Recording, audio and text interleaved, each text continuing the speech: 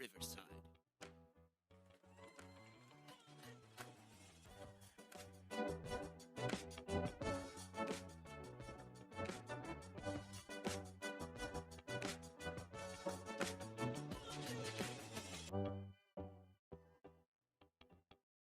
Bonjour, good morning, good afternoon, good evening, whatever time of day it is, wherever you are. Thank you for listening. Thanks for tuning in to the Young Dad Podcast.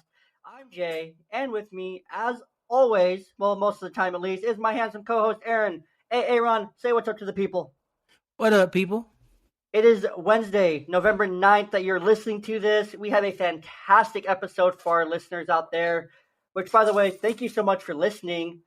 The weather is changing. It is in the 40s where I'm at, and it is cold, and I do not like it. I miss the sun. I miss the warm weather. And we are knee-deep into the classic debate this time of year. Is it Christmas time or is it Thanksgiving? To each their own. We don't judge. If we do, it's behind closed doors and off the air. Make sure to like, share, follow, leave 5 stars, and all that jiggity jazz. Today on the show, we have weird and irrational fears. I'm the problem, it's me. Conversations with your younger self. And one of our favorites, a timeless classic that will always probably be really funny, Headliners returns. So grab a juice box, grab a snack, and let's talk. Hey, you. Yes, you. Did you know that we have some amazing deals and brands that we work with that are all in one convenient place? You didn't? Well, let me tell you about it. Our Linktree, linktr.ee/ballboyblog has everything you can want for all of our deals. You can find all of our social medias, our Movember fundraiser, Danos, Coldest Water, Everlast, and Fanatics. It's that time of year where it's time to start thinking about what you're going to get your loved ones for the holidays. Check out our Linktree for some amazing things. Support the podcast, give back, and give forward. We work with brands that we use. We love them. We trust them. We know that you'll love them too.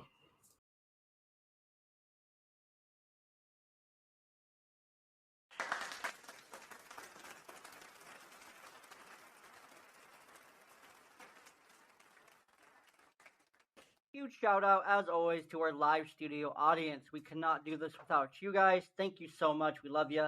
You're the best. Aaron, before we jump into our irrational fears, I got to know from you, when is the least judgmental time in your eyes for someone to decorate for Christmas? The correct time, to put up Christmas decorations is the day after Thanksgiving. And we actually agree on something for once. It is the day after Thanksgiving. It is on Black Friday. You need to give yourself time to celebrate the second best holiday, in my opinion, after 4th of July, because that's when stuff goes boom. But you get to eat all day on Thanksgiving. Yeah, not to mention football. Football season, enjoy it. Enjoy the time where you don't have to worry about getting Christmas gifts yet, where they're just kind of on the back of your mind and not where you have to do it. And enjoy football, enjoy the weather change, and enjoy getting ready for appetizer season, pie season, pumpkin pie, apple pie, cherry, all the pies, turkey, food. The most delicious time of the year. That is a fact. Aaron, irrational fears is our first topic on today's show. So we both have 2 irrational fears here that we're going to expose ourselves on. And so I put you first here because I can. Yeah, so my irrational fear is I have this weird thing about swimming in open water. So we have a lake here near my house, and whenever we go out, if I'm out swimming, it's not that I'm a bad swimmer. I can swim very well, but if I'm in the deep part of the lake, it's just something that's at the back of my mind. Or if I'm in the ocean, I just feel like something's going to come and get me. That's fair. So when you're swimming in a lake, you just think that Lockie's going to come get you? Yeah, something. The Loch Ness Monster? Yeah, I don't know what it is, but, you just get that feeling of vulnerability.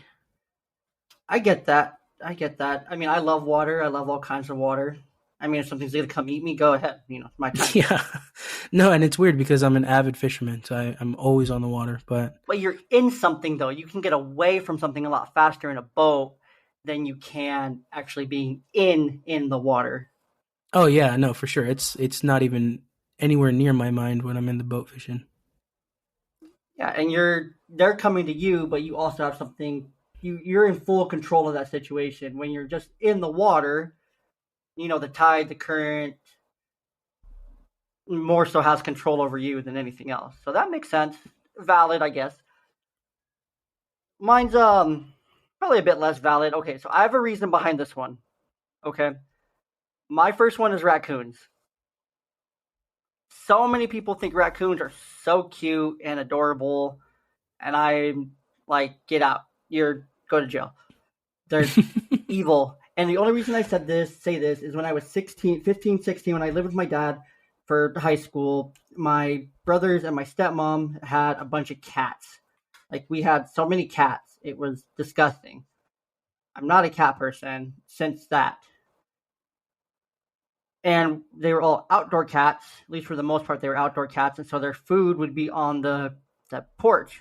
And so we had a bunch of stairs going up to our front porch to get inside the door. Well, guess what would go up those steps to eat food?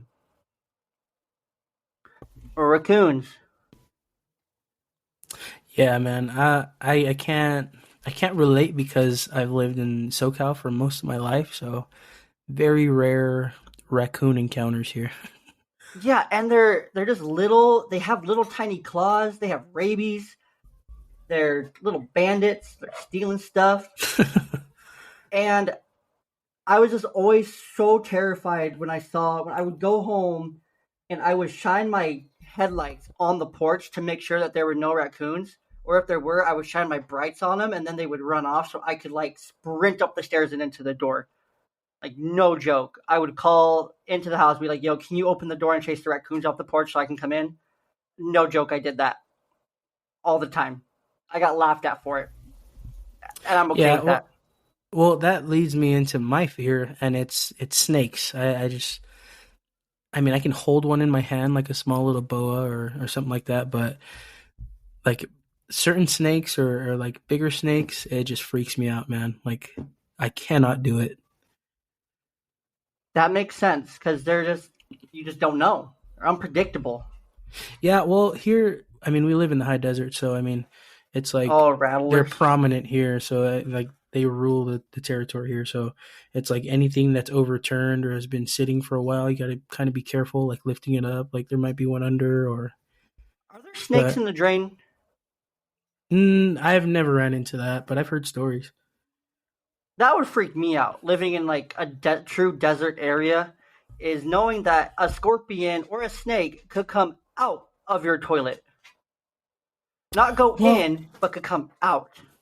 yeah, no, I've never personally seen that here, but yeah, I've seen like online and seen stories about it.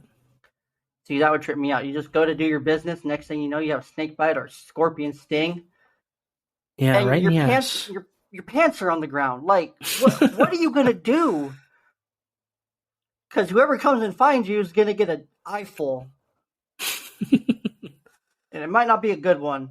That leads me into my the last one here before we wrap this part up is wild squirrels. See, I don't get this one, man, because whenever we go camping, I mean, we run into them a lot, and they're funny little creatures, man. Like they like to interact with humans. So At least here. the ones out in like nature and stuff are cool, like deep nature because they're more naturey. But the ones that hang around like suburban life, like apartment complexes and stuff, Oh yeah, yeah, I yeah. don't trust those. I don't trust them. I don't like them. They scare me because they go part way up the tree. When I walk out of my apartment, they go part way up the tree and then they stare at me with their beady little black eyes Yeah, when they're they like got that ready mean to streak in them. yeah, they're like ready to go. And I took my trash out probably a couple weeks ago. And no joke, I get to the dumpster to throw my trash in, and then the squirrel comes up to the edge of the dumpster and just stares me down. Like, I thought the squirrel was about to pounce on me, and I was like, nope, nope. I threw my trash, and I was like, I'm out. I didn't have my dog with me either, so I didn't have no protection. And it was all bad. Yeah, no, I mean, they're usually little troublemakers. They're usually around camp stealing shit. So Yeah, they steal stuff all the time, but you can't trust the ones that are near a suburban area because they're so used to grabbing food from like dumpsters and trash cans. Like they're little entitled little pieces of brown, furry, somewhat cute poop, and they're awful. So, wild squirrels, raccoons for me, snakes and open bodies of water for you. yeah, so I mean, I don't know. I know there's a word for that open body of water thing, but yeah, it's just Oh, there is too. I can't think of it though.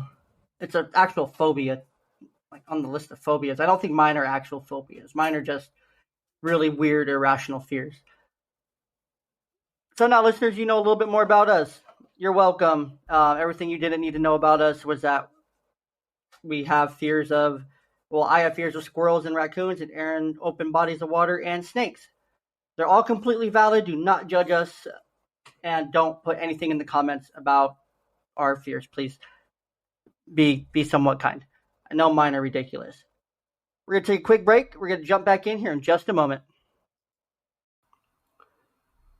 Do you want to give someone just an amazing gift this holiday season? Well, let me help you out. You know someone that loves to cook, loves flavor, but doesn't love all the extra things that come in your normal store-bought seasoning? That's why Danos is amazing. Low sodium, 0 calories, all natural ingredients, 4 amazing flavors. Original, everything bagel, spicy and chipotle. It's all natural, it's low sodium, it's Danos seasoning. Yum yum. Get you some. Use our link in our link tree.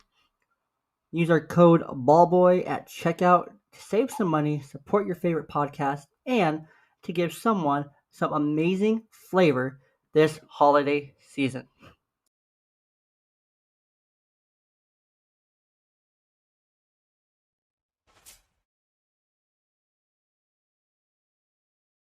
Hi, it's me. I'm the problem. It's me. For today's wellness topic, we will be diving into a single lyric from a song that has taken over the Billboard Top 100. The song has 53 million streams and counting. It's been number one on the charts for 2 weeks in a row. You and I both know it. It's Anti-Hero by my personal celebrity crush for a majority of my life, Taylor Swift. Love this song. Can't get enough of it.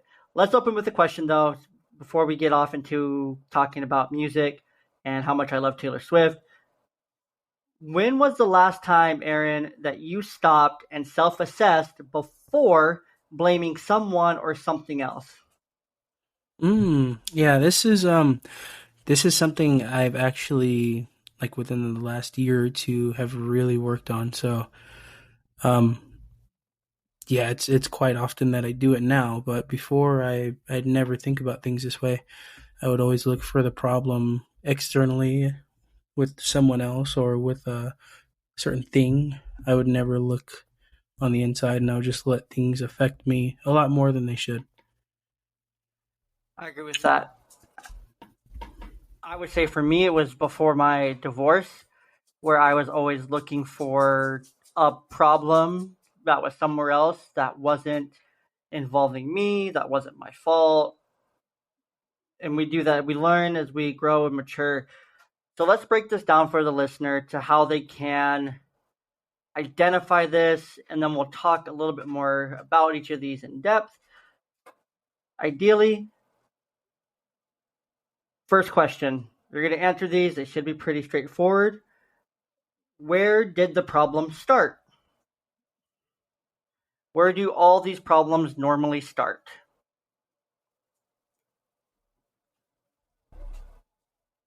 Not rhetorical. Problem normally starts with you. Starts with not you personally, unless it's your problem, but starts with the person. And that can be something really hard for someone to admit that the problem starts with them. And then who's responsible for solving the problem? Again, if the problem starts with you, you're responsible for solving it. Whose emotional well-being is the problem affecting? Any guesses, Aaron?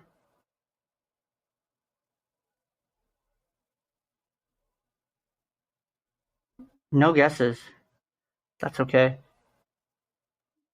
The person whose emotional well-being being affected is you. Whose mental well-being is being affected? Again, that's you. If the problem starts with you, it ends with you. Which is why it's important to face that problem head on.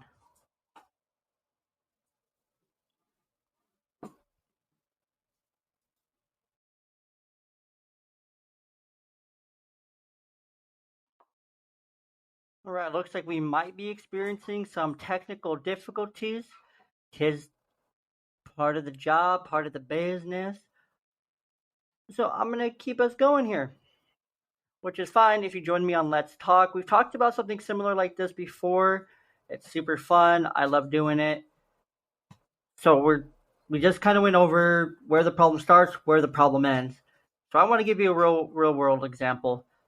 For me personally, where I'd seen this most was after my divorce and myself. I wasn't super happy with my health. I wasn't super happy with my mental state. I wasn't super happy with it's kind of how my heart felt and how my mind felt. And so I really had to self-assess. I had to figure out where my heart was, where my mind was, where my head was. And I wanted to point the finger. Someone did this to me. That person needs to pay. That person needs to make this right for me. That's not how it works. And we kind of touched on this a couple weeks ago when we mentioned those talks that we listened to that really kind of brought this topic back into light, which kind of fuels this topic more. So we're kind of building on it a bit more. But this is really starting with you. I'm the problem, it's me. I'm my own problem. I'm my own biggest enemy. I get in my way more than anyone else, and Aaron can confirm this. I get in my own way more than anyone else gets in my own way, especially while we're recording. I'll get in my own way while we record. I'll get in my own way while we're doing something, while we're playing Madden, something like that. I get in my own way because I overthink it. I overshoot. It gets in my head. I get in my own head. I scramble my words. I jumble. I try to go too fast all the time. So I have to backtrack and go back. Okay, this is my problem. I'm emotional. I'm a wreck. I'm unhealthy. My heart's broken. What's now? Where does the problem start? Okay, my problem starts here. Why is my problem from this? Well, it's because my partner 5 years did this and this and this. I did this and this. These are my problems. These are the things that I need to improve because I can control these. That is something super important when you're talking about being the problem and taking the self accountability of being the problem. Is you have to take control of what you can control, and that's it. If you can't control it, don't take responsibility for it because you can't control it. So what's the point in you taking the responsibility for it when you can't do anything about it? I just want you to think about that. Who's responsible for solving said problem? Who's responsible for your heart? You. Who's responsible for your brain? You. Who's responsible for your emotional, mental, spiritual well-being? Yourself. Who's responsible for your physical health? You and you alone. Only you can fix these problems. I could put you into a dark space and give you a scenario that puts you into a dark space. I'm not going to do that. But I could do that, and immediately you're going to want me to fix it. You're going to want me to bring you out of it. But I'm not going to, because that's not my job. You let me put you there. You got to bring yourself out of it. Sucks. It super sucks knowing that you can't blame someone else for you, your feelings, your reactions, your heart, your mind, how you feel, how you react. You can't blame anyone else for that except for you. And so you have to take that on yourself. It has to be about you. You have to take it upon yourself. And that's okay. Do it, because the only person that will benefit the most and more than anyone is you and those who are still around that love you and care about you and supporting you. They're going to notice the difference in you as you start healing and taking that self-accountability and solving you, understanding you're the problem and fixing those problems about yourself. And with this, you can also use this same when you feel kind of lost, when you're in a rut, when you don't feel grounded, is when you're in these spaces, these head spaces. Man, I'm just in a rut. I don't know how to get out of it. You do know how to get out of it. You just have to start. You have to ask, what am I doing different? What am I doing not wrong, but where's my problem? Self-assess before you start blaming, oh, work's been crappy, or my relationship hasn't been great, or kids have been really stressing me out, or whatever it is that's been really stressing you out. Before you jump into that and you start blaming XYZ external factors, what are you doing about ABC being yourself? Oh, I haven't been eating right, so I'm more tired, so I'm more irritable. I haven't been sleeping enough. Oh, I haven't been eating well. Oh, I haven't exercised in 3-4 days. Or I haven't practiced my hobby to let my creative side really shine. I've been putting all these other people before myself, and I haven't taken any time for self-care. Different things like that are really going to be where your problem starts. Asking why I feel this way. That's such a powerful phrase to ask yourself, is that why? Why do I feel like crap? Why am I in this rut? Why do I keep feeling like this? And how do I stop? Start problem solving. Make a list. Get a whiteboard. Talk to a friend. Talk to someone that loves and cares about you. That'll listen. That will help you figure it out, because sometimes just talking it all out, you'll realize, oh, that's my problem. I'm my problem. And you're on the road to fixing it for you. Some other things that you can do to help yourself kind of bring it back and feel grounded again are possibly writing a gratitude list once a day in like a journal or something.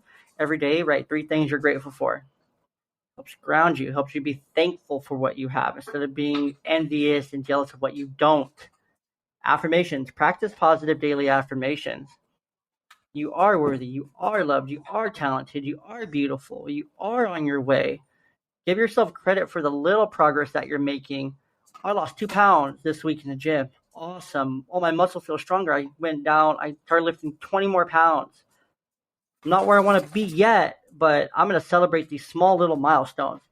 Huge. Build yourself up. Build your own brain up. Build your own self up, and that'll take you so far. One thing I like to do personally, I love TED Talks. I love listening to TED Talks, enjoying TED Talks, because they're so real. They're raw, they're emotion, they're fact-based, they're factual, they're real life, and they're impactful, and they help me understand these different topics that I want to understand. And then, of course, depending on your belief system, you can practice your faith, whether that's praying, scripture, whatever it is for you, practice that as well to help your kind of bring your grounding back in. And the last thing I have for you here on this topic is letting it out. Cry it out. Scream into a pillow. Exercise. Do your favorite hobby.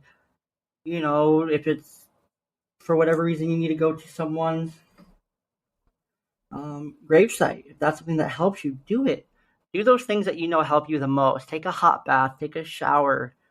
Take an extra nap. Watch your favorite TV show. Play your favorite video game. Put something else off, like cleaning the dishes. Something minimal and minor that can wait. Put that off to the side. Do something for you that will make you feel good. That will get those happy chemicals flowing. For me, I like to stress clean. I like to clean. Cleaning helps me feel better. It helps me let it out. It helps me refocus because I have a clean space and I can kind of realign. I see, okay, these 10 clutter piles, are my physical 10 clutter piles. But in that same aspect, I probably have 10 clutter piles in my brain right now that I also need to sort through. So me sorting through these 10 piles right now, it's going to help me sort through these 10 piles on the back end of it. And of course, if you need to scream, if you need to cry, do that. Whatever way is going to help you release it and let it out, do it. Let it out. Get it out of your system. And that's our wellness topic for today. It sucks, but Taylor was right. You're the problem. It's you. You're your own problem. You're your own biggest enemy. You can overcome you. Fight yourself in your head. You're going to win the battle. Start small and celebrate your small wins along the way.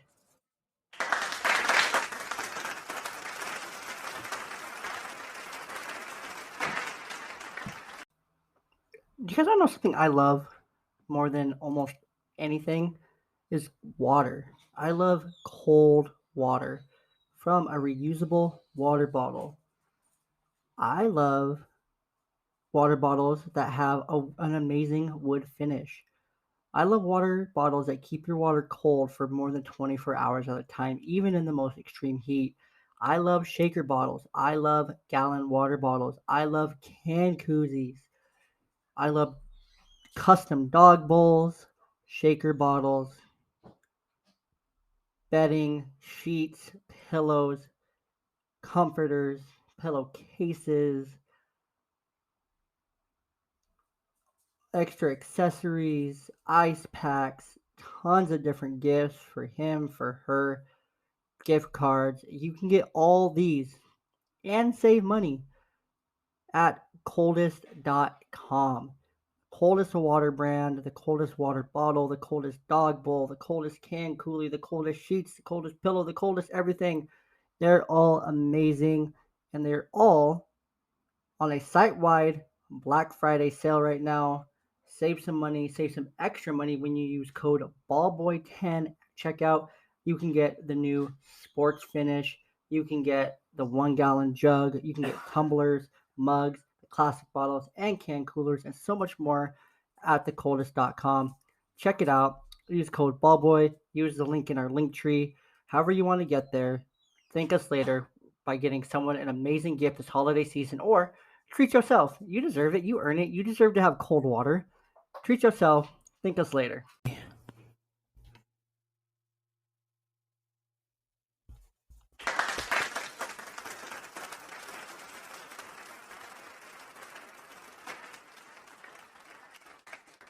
Thank you, live studio audience. Much appreciated to you. I know I'm the real MVP for saving that last segment for you guys. You're welcome. We're gonna talk to our younger selves. We're gonna talk to our younger selves for a bit, and maybe give you some advice as well in these same situations. Because maybe you haven't had these situations, maybe you have, maybe you're working through them, or whatever it might be. So often, I feel like we ask ourselves a lot while we're doing our show is if you could go back and talk to the younger version of you. So we're going to do that. If you can go back and tell yourself or give yourself one piece of advice in this situation, what would you tell you? We're going to take this a few different ways. We're going to go three different ways, and we're going to go in an order that I have set up here. So just bear with me, okay? The first one, Aaron, you're going to shoot first on this one. If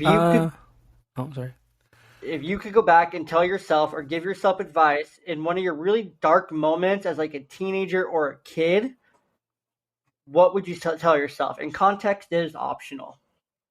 So referring back to the last episode we did, we touched on the this too shall pass. There's a lot of times when things were rough, or I was going through things that were tough, and I just couldn't see that this too shall pass, or a new day will come. I like it a lot. For me personally, so if you, the listener, haven't noticed yet, I am running a Movember fundraiser with Movember. Movember is this amazing program. The whole thing is all over social media. You'll see a link to it in our show notes on YouTube and on Spotify, wherever you get your podcast. You'll see it in the description of the show. What Movember really is. Most people think of it, oh, dudes growing their mustache, they grow their beards, or they move a lot, or they do this or that. It's so much more than that. With Movember, we're raising awareness by growing a mustache for men's suicide. Every minute of every hour of every day, a man commits suicide somewhere in the world. Every single minute of every single day.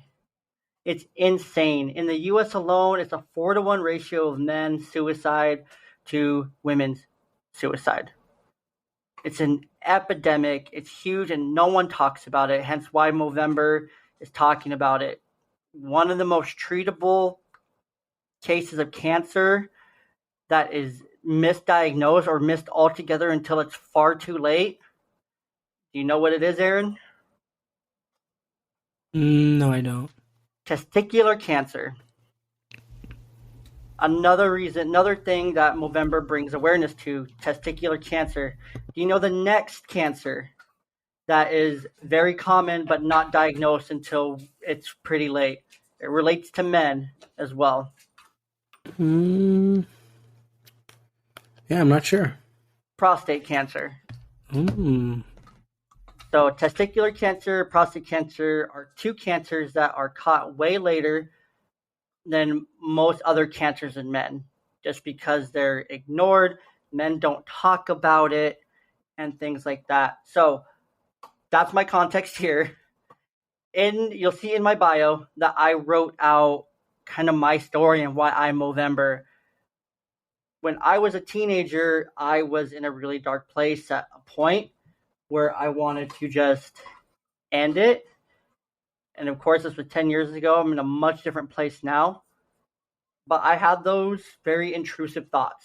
And I was at a point where I was ready to do it if it wasn't for a great friend who was there to keep me from doing it. However, I would go back to that moment on that night, and I don't know exactly what I would say. I don't think I would really say anything. I would more so just hug myself and give myself an opportunity to let those feelings out and to listen. Because I feel like if you're in those dark places, at least for me, you almost need that more. You know what I mean? Yeah, no, I get it. So, just presence. exactly. So I would just be there for myself. But if I had to say something to myself in that moment, it would be to remind my younger self that I'm loved, I'm worthy of love, I'm valuable, I'm important, there's people that care about me, and just that the future is so much brighter than it looks right now. Because it is. But I feel presence. When someone's in those dark moments, it's just having that presence of someone there really helps get them not through it, but to a safer place. Next one here, we're going to kind of bring this back up here. The next one I'll shoot first. When you met your significant other or most recent significant other, what would you tell yourself? Now, I could go a lot of ways with this one if I'm going back to in reference to my ex-wife, because that was my most recent very long-term relationship.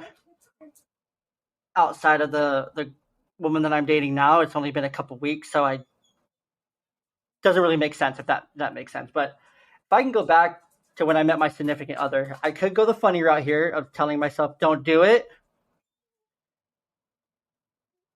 But I'm not doing that because if I don't do it, tell myself not to do it, I don't have my kids. And my kids are everything to me. So what I'm telling myself is that it's going to be hard. It's going to be rough.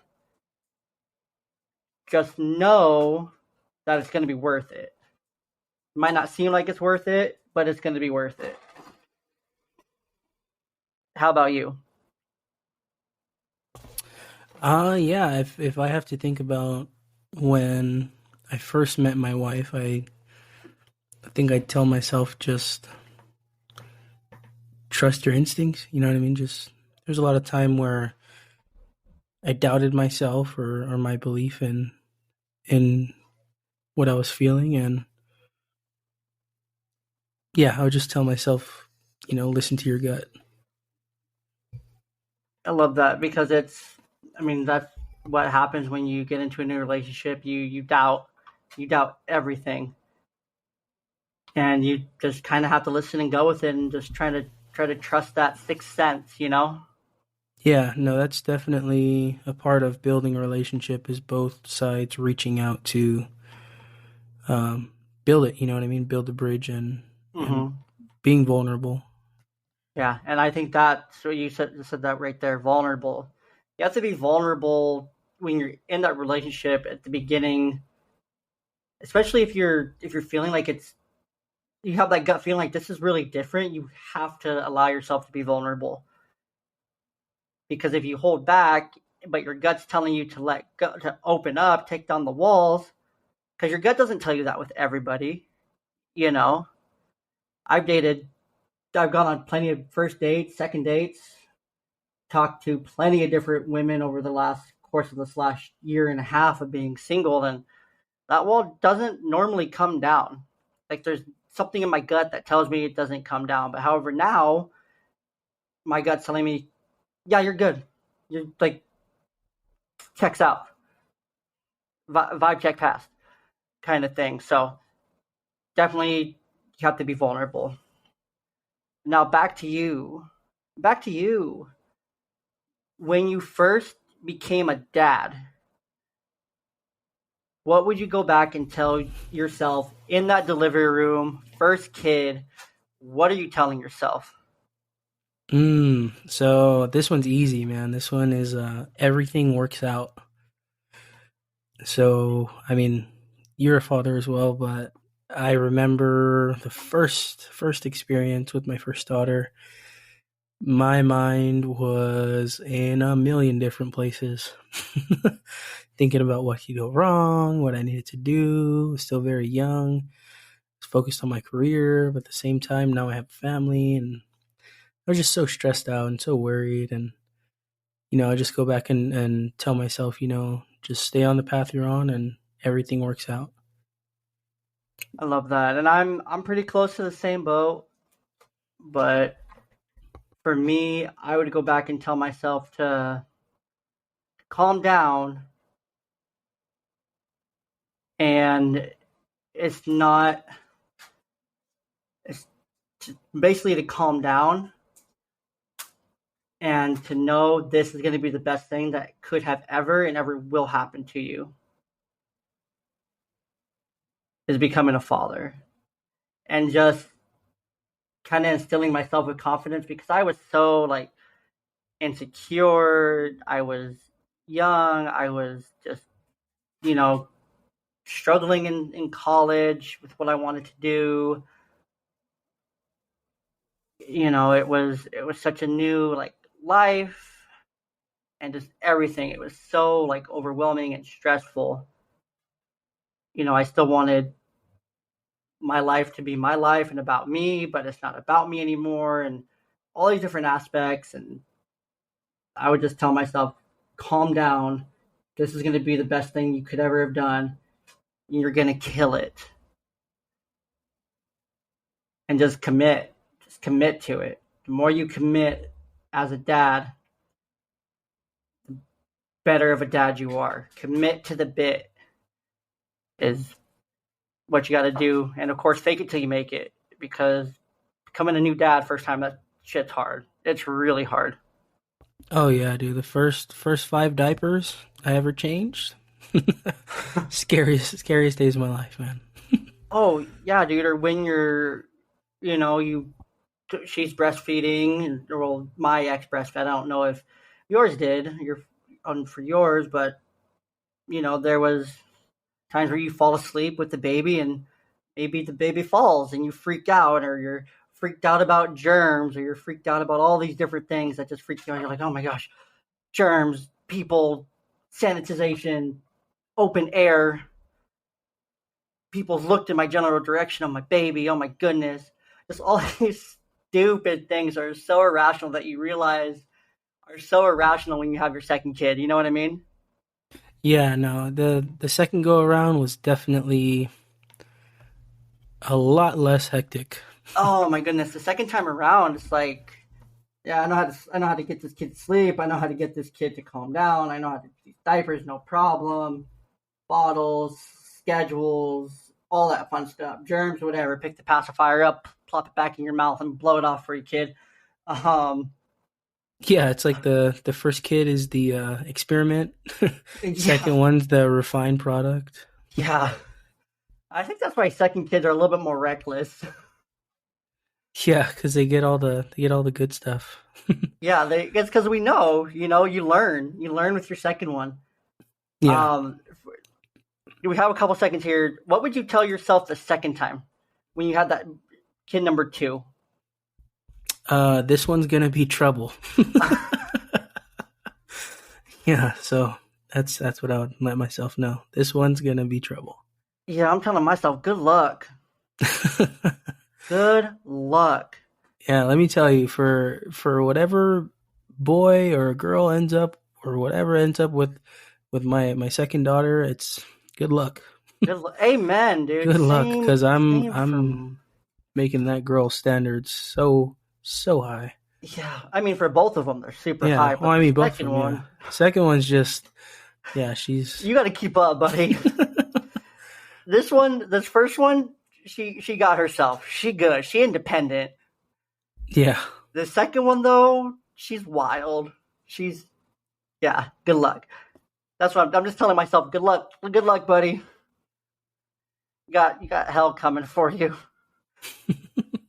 Outside of that, any last things you want to tell the listeners just about this topic of talking to your younger self, or Yeah, it's something I've actually started implementing in my life is try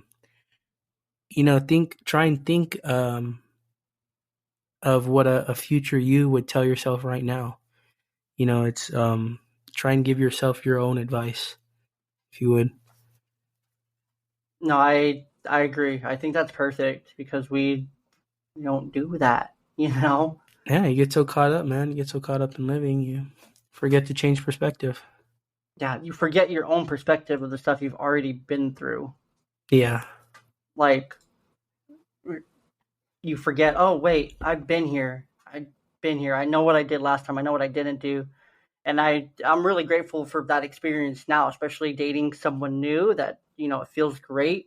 I know what to look out for. I know myself a lot better. So I know what not to do personally.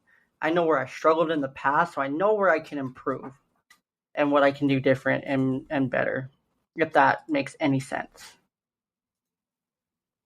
So listen to yourself, trust yourself, and history repeats itself, especially when it's your own history. But you can change it. So that's what I'm going to leave it there. Take a quick water break, and we're going to be back with headliners. There's so many different reasons to celebrate Movember. For guys, we get to grow awesome mustaches, awesome beards. If you're not a bro, you don't have to grow to save a bro. You can move 60 miles throughout the course of November. You can also launch a fundraiser on Movember.com. Head over to our link tree, the very first link, Movember. Our goal is to raise $500 to help bring awareness to men's suicide, prostate cancer, and testicular cancer, and to help bring awareness and help those we've lost who can't help themselves any further, but we can help prevent it from spreading further. Men's suicide rate in the United States is 4-1. Other countries, it's as high as 60-1. One man dies every minute of every day around the world. Every 60 minutes, there's 60 men that die by suicide. That's one suicide a minute. That is too many. Help us end it. Go over to our link tree. Even $10 helps kick us off, get us started, get us moving in the right direction so we can help support men. Men support men, help support Movember, launch more amazing projects to help in your community, my community, and around the world.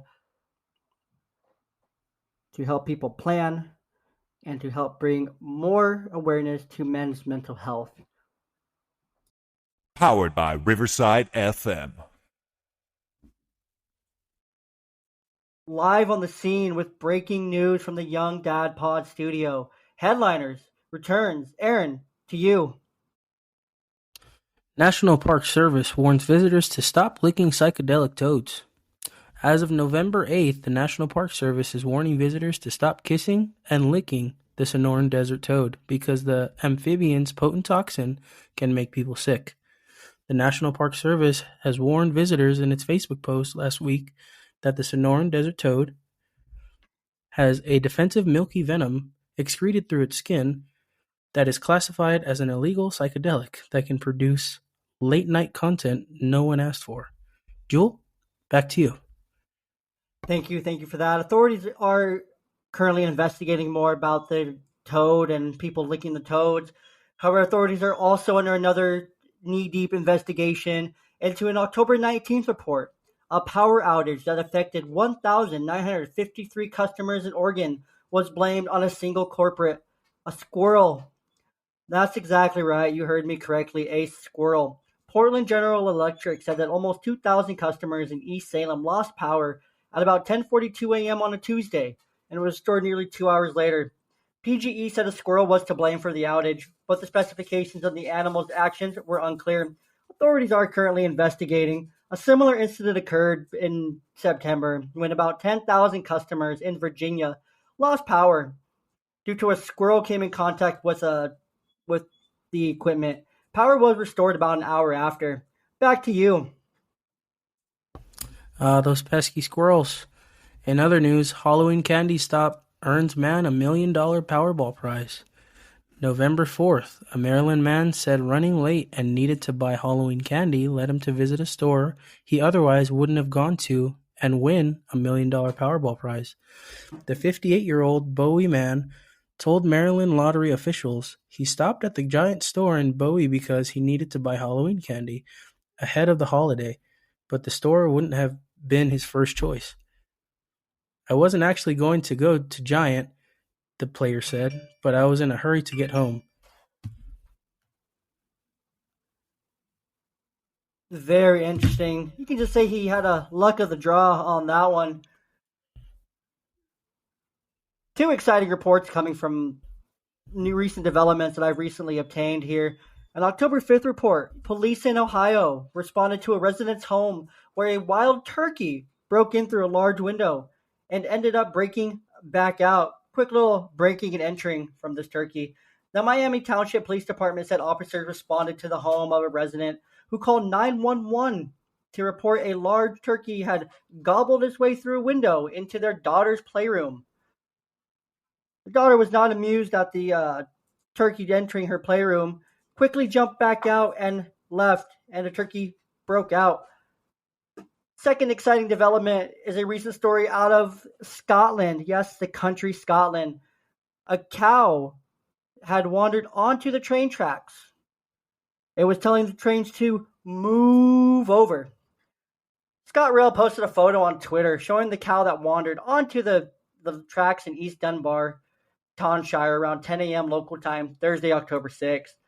The cow was noticed by the cameras and responded to by a local coax and was responded to by authorities to the location to coax the cow back to safety. Officials said there were delays on the lines, but the cow was returned safely home to its rightful owner and then likely slaughtered a few days later. Back to you. Yeah, so that concludes our new segment for the day. We're going to go ahead and send this back to the studio so that we may finish out this podcast. Thank you, faithful audience.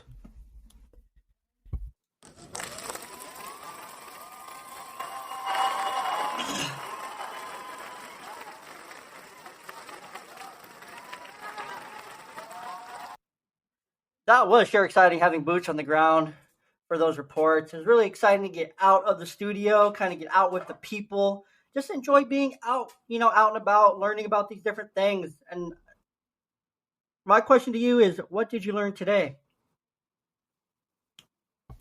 I learned that I can ruin your life pretty easily. Just release a bunch of squirrels in your neighborhood.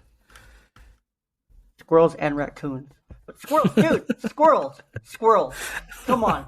Power outages, giving you death stares when you take your trash out. Come on. What? Yeah, I don't know, man. It's not that bad. It's pretty I, bad. I doubt it. Well, I learned that I could ruin your day with a snake that you don't expect to be there.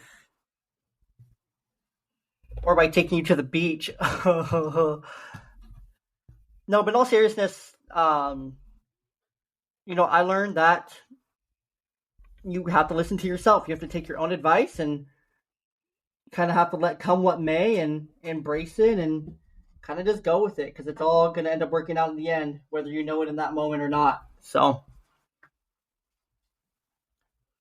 all right. Well, that does us for the Young Dad podcast today. Thank you. Thank you to our live studio audience. We are so incredibly grateful for you guys. You guys keep us going. You keep us motivated. You bring us up. Bring us up when we're down. Remember, @ on all socials, Instagram, Twitter, YouTube. We're there. Young Dad Pod. You can find us everywhere. Make sure you visit the website, ballboymedia.com, for all updates, blogs, things like that. And that's it. Aaron, anything last you want to say to the listeners? Hope you enjoyed today's episode. Peace out, Girl Scouts. Later.